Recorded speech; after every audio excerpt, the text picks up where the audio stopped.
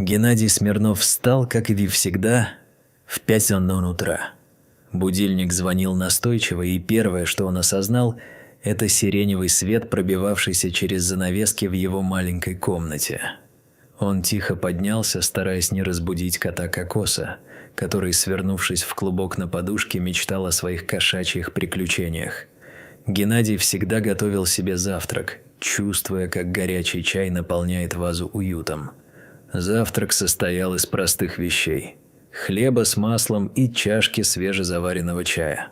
Он не любил готовить. Это был рутинный процесс, который помогал ему собраться и настроиться на будущий день. После завтрака он оделся, взглянул в зеркало и поправил воротник своей рабочей куртки. Геннадий всегда внимательно следил за собой. Он считал, что внешний вид водителя автобуса важен не меньше, чем его вежливое обращение с пассажирами.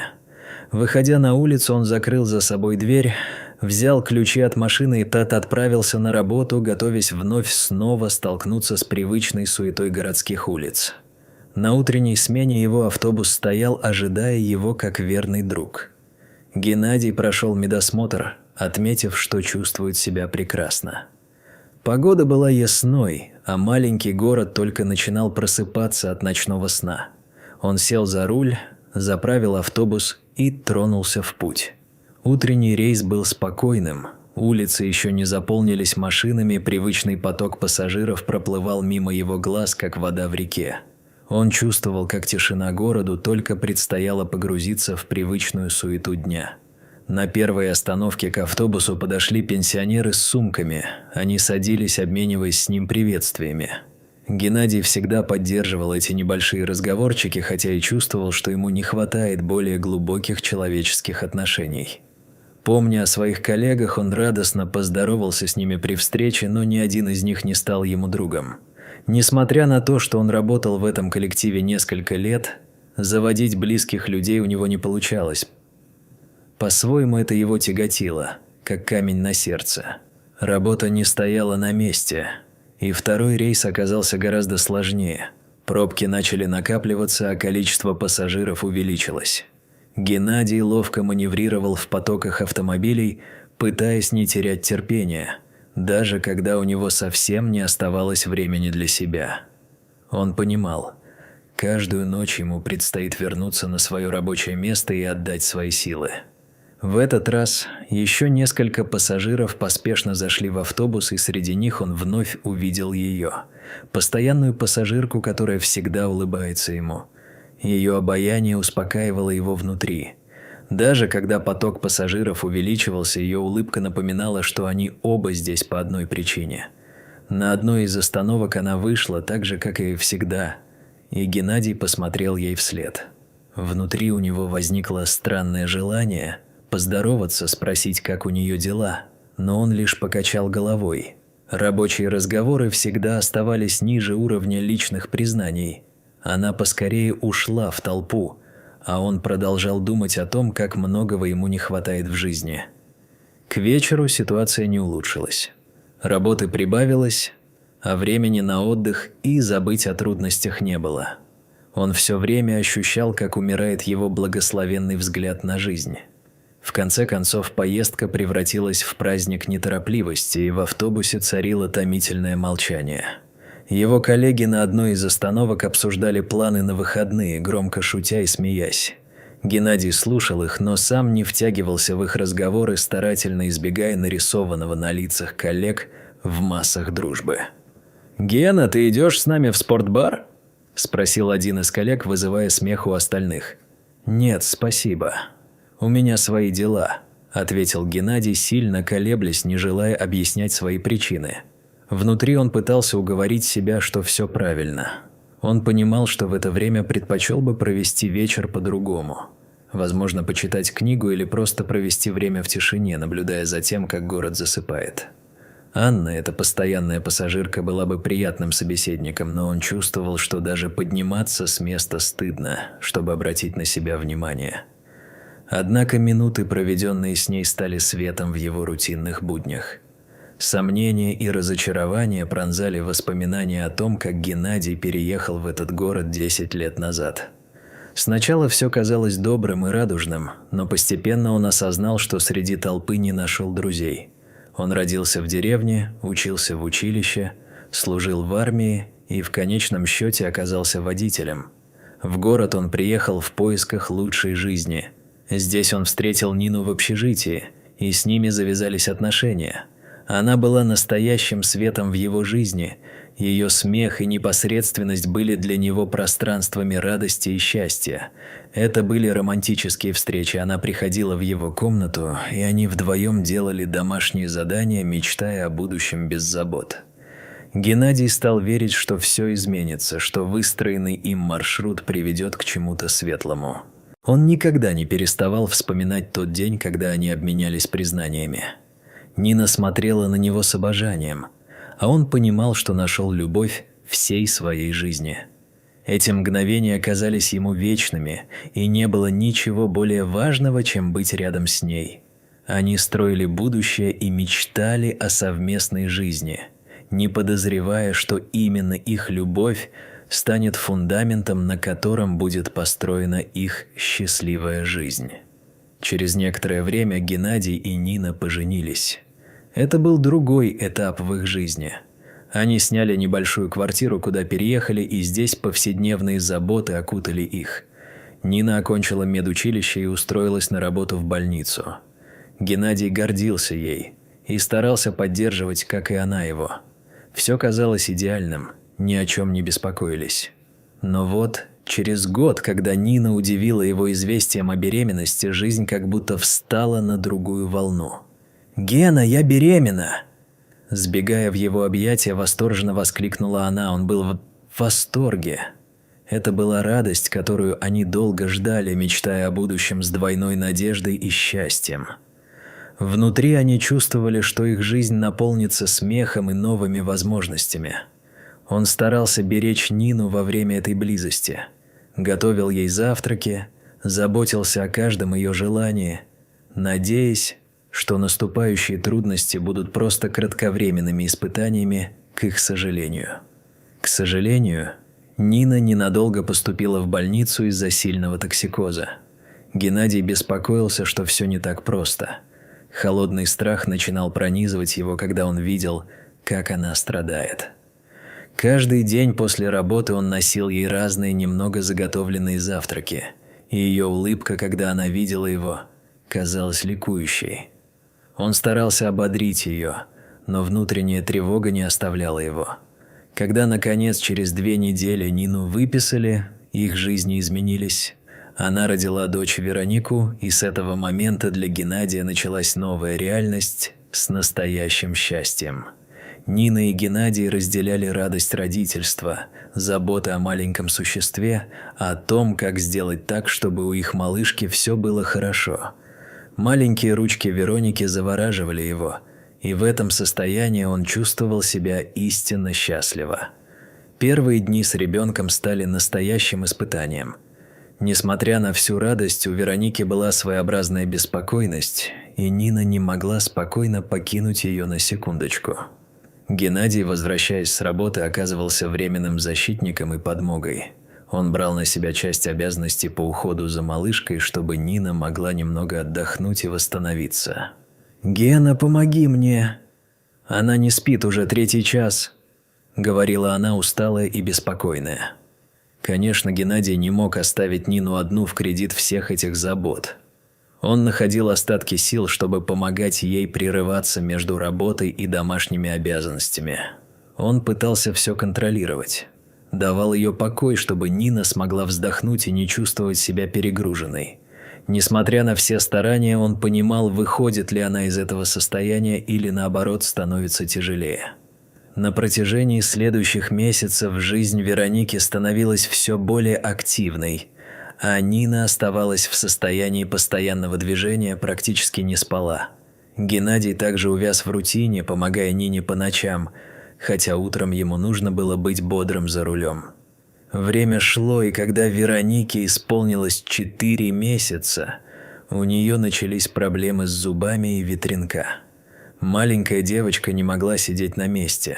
Вечно бормоча и капризничающая, ее появление стало настоящим катастрофой для родителей.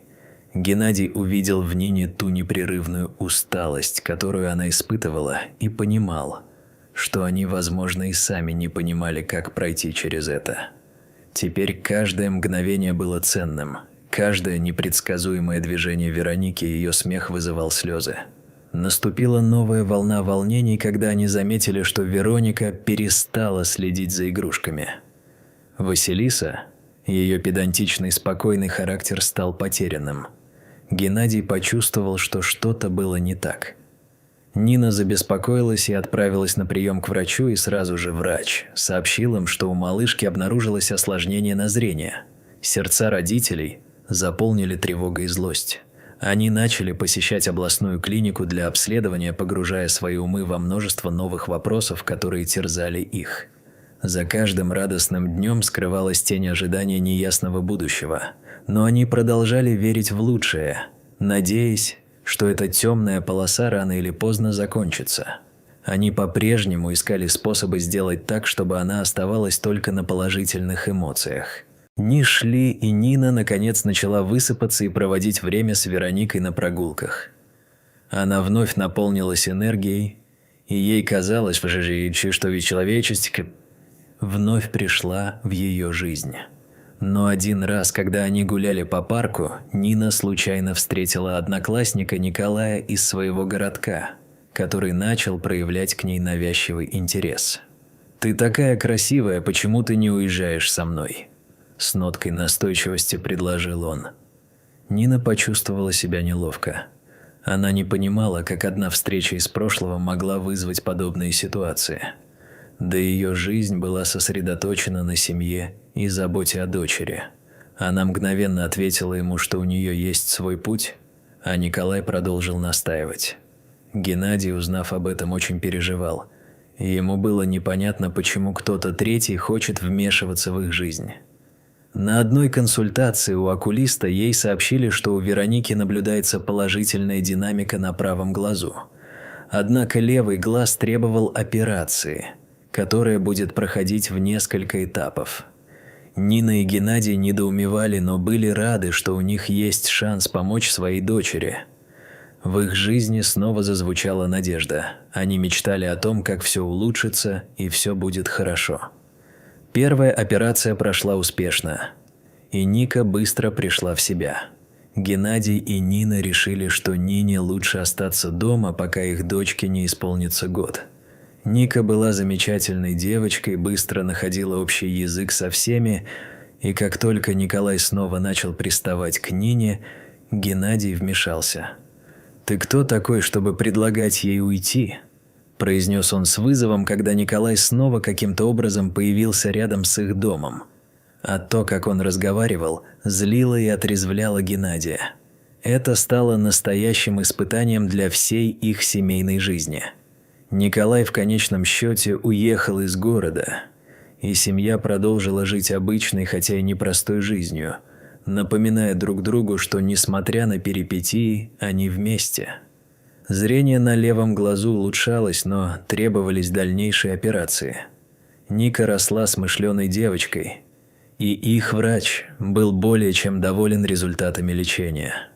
Каждый вечер, вернувшись с работы, Геннадий держал Веронику на руках.